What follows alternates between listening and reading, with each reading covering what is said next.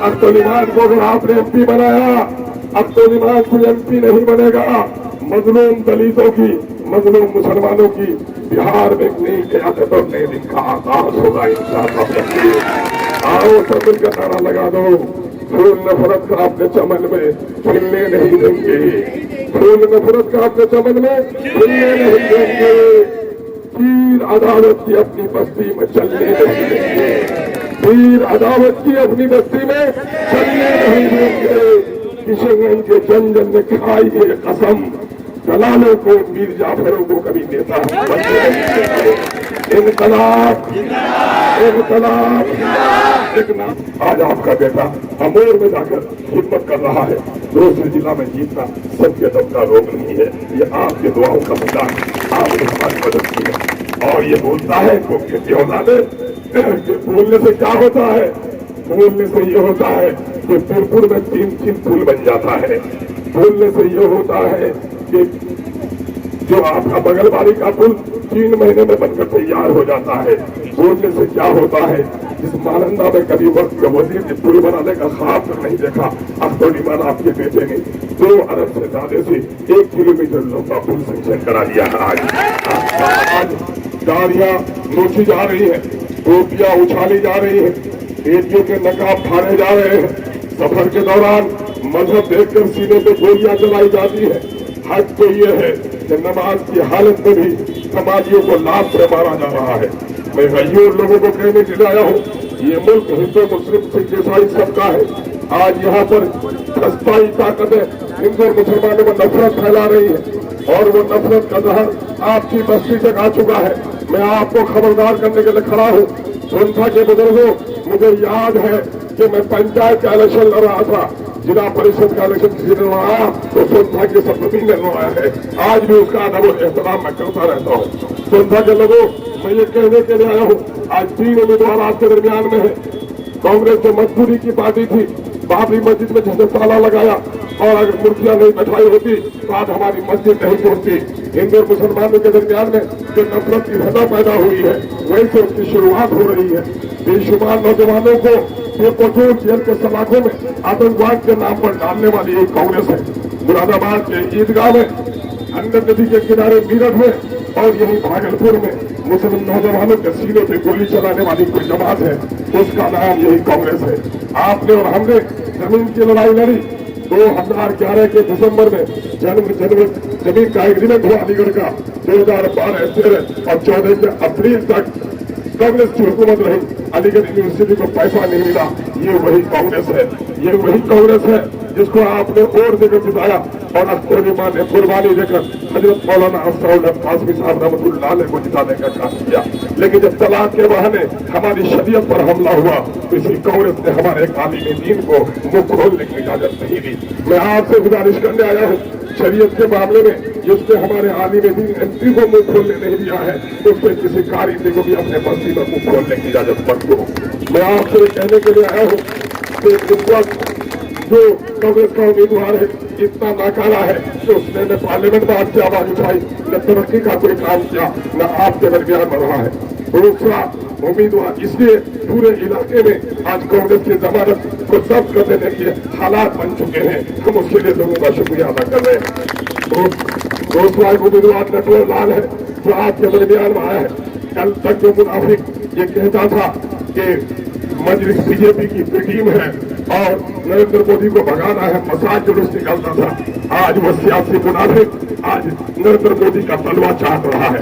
सवाल करो उनके सत्यों से कि नरेंद्र मोदी का चेहरा लेकर तुम आए हो, छोटा मोदी। उस मोदी को मुसलमानों ने कभी बर्दाश्त नहीं किया है, तुमको भी कभी बर्दाश्त नहीं करेगा।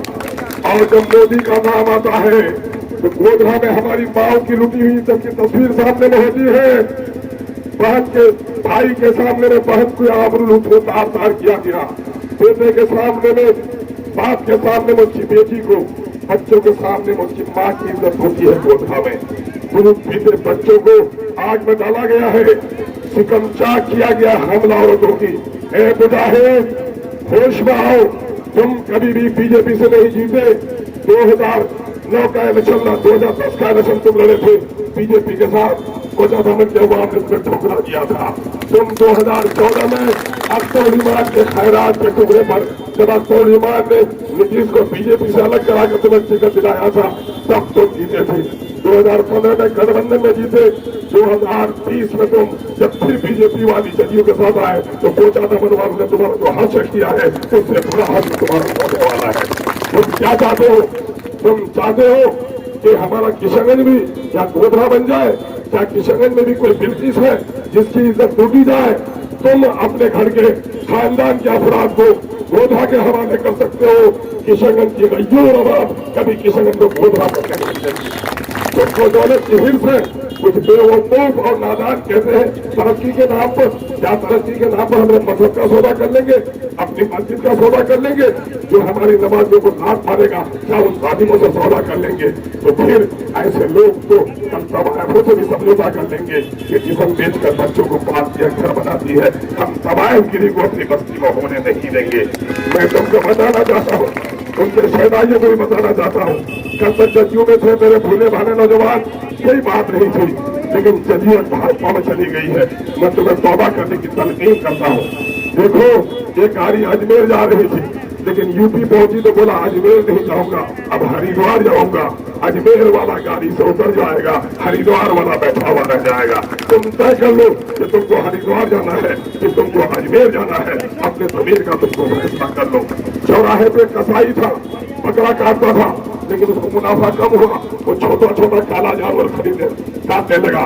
अब ये कहता है जानवर कोई की समझो कि दुकान भी छोड़ू कि वेला किराने खाऊं। तो ऐसे हराम खोरों के बारे में हमें कोई परवाह नहीं है। मेरे भाइयों, मैं आपको कहना चाहता हूँ, विकास की बात करते हो, चलो पिपला में 7 जगह की सड़कें मिलती है। संथा को मोरा से किसने जोड़ा? बरबत्ता को दिशा से किसने जोड़ा? ये बताओ। 60 में पुल आपने किसने पुल बनाया? हाई स्कूल की बिल्डिंग देख रहे हो, वो हॉस्टल किसने बनवाया? सोनथाहाट के नाले किसने बनवाए? सुंदरबाड़ी का बांध किसने बनवाया? हमसे मुंह खुलवाते हो। मेरे ही टुकड़े पर, मेरे ही टुकड़े पर बिल्ली और मुझी को मियाओ कहते हो। तुमको मेरे ही हाँ, ये काम हमने किया है। दलालू का कभी साथ नहीं दिया, शराबियों का कभी साथ नहीं दिया, जमीन कब्जा करने वालों का साथ नहीं दिया, बेईमानों का कभी साथ नहीं दिया। ये बनते दम तक अख्तर इमाम 70 बार हार जाएगा, लेकिन दलालों से, बेईमानों से कभी समझौता नहीं करेगा। कोटा का 5 लाख बेचने वालों से, कमीशन लेने वालों से, यही बालू के चोरों को गिट्टी का मामला सुनता वालों याद है।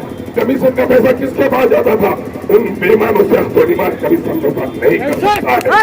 मेरे भाइयों, हम आपको कहने के लिए आए हैं कि आज जितना कानून दिल्ली में बना, सीए का कानून मुसलमानों के खिलाफ, तलाक का कानून मुसलमानों के खिलाफ, 370 का कानून मुसलमानों के खिलाफ, नीतीश कुमार ने हमेशा मोदी का साथ दिया है। इसलिए तीर को तीर मत समझना, तीर को तीर समझना भूल है। हकीकत है कि नरेंद्र मोदी का भी भूल है। नरेंद्र मोदी का एजेंट बनकर आए हो, हमको चिढ़ाने के लिए आए हो। कहा गया इस्लाम में न करबल में, न मक्तल में, न शाह के आगे मोमिन झुकता है फकत अल्लाह के आगे। और तस्वीरों में देखो, मोबाइल में देखो मेरे नमाजी भाइयों, अख्तर इमाम था जिसने असेंबली में सूरज नमस्कार के खिलाफ हंगामा किया। और ये आदमी आपकी बस्ती का मुनाफिक है, जो गैरुल्लाह के सामने में सर झुकाता है, फूल चढ़ाता है, जो गैरुल्लाह के सामने में सर झुकाता है, फूल चढ़ाता है। हम अपने उलमा और मुफ्तियों से गुजारिश करना चाहते हैं कि दीन का शोर अल्लाह ने दिया है। जो वोट के खातिर गैरुल्लाह पर फूल चढ़ा सकता है, जब पार्लियामेंट में शरीयत पर हमला होगा, ऐसा मुनाफिक कभी भी आपकी आवाज नहीं उठा सकता है। हम आपसे गुजारिश करने के लिए आए, इस वक्त पूरे मुल्क में दलितों की आवाज अगर कोई उठाता है, उसका नाम बेरिस्टर सोचिन अवैसी है। दाढ़ी नोची जाए, टोपी नहीं सोची जाए, बेरिस्टर सोचिन अवैसी आवाज उठाता है। इस मुनाफिक से पूछिए कि सीए के कानून के बारे में तुम्हारा क्या ख्याल है? तुमको पूछ करके तुम तकलीफ करने जाते थे। ये बताओ, तुम्हारा आका नरेंद्र मोदी कल करके गया है कि किशनगंज में बांग्लादेशी घुसपैठ किया है। बताओ, तुम भी घुसपैठिया की औलाद हो या सही हो, तो तुम नरेंद्र मोदी की मुखालफत करने की तो कोई हिम्मत क्यों नहीं होती है? यही जदयू के नॉमिनेशन में पूर्णिया में कहा गया, न सलाम चलेगा, न आदाब चलेगा, या सिर्फ जय श्री राम चलेगा। राम व्रत तो मैं राम की भक्ति से मना नहीं करता, राम का मैं आदर करता हूँ, लेकिन हम रहमान के बंदे हैं, किसी के बाप की मजाल सलाम से रोकने के हमको नहीं होगा। दोस्तों चीजें हम ये सारी चीजें करेंगे। भाइयों, इस वक्त मल्लाहों की, इस वक्त यादवों की जमात खड़ी हो गई है, कोई कुर्मी की जमात खड़ी हो गई है। मेरे भाई